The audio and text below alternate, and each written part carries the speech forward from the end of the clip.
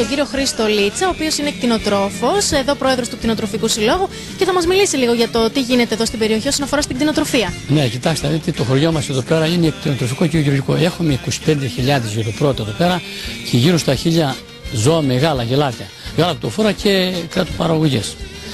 Λοιπόν, σχεδόν η πλησιότητα του μισό το χωριό είναι βλάχικο στοιχείο, κτηνοτρόφι, παραδοσιακό. Και κρατάμε δηλαδή τα ενθύματα τα παλιά που βρήκαμε τις πατεράδες μας.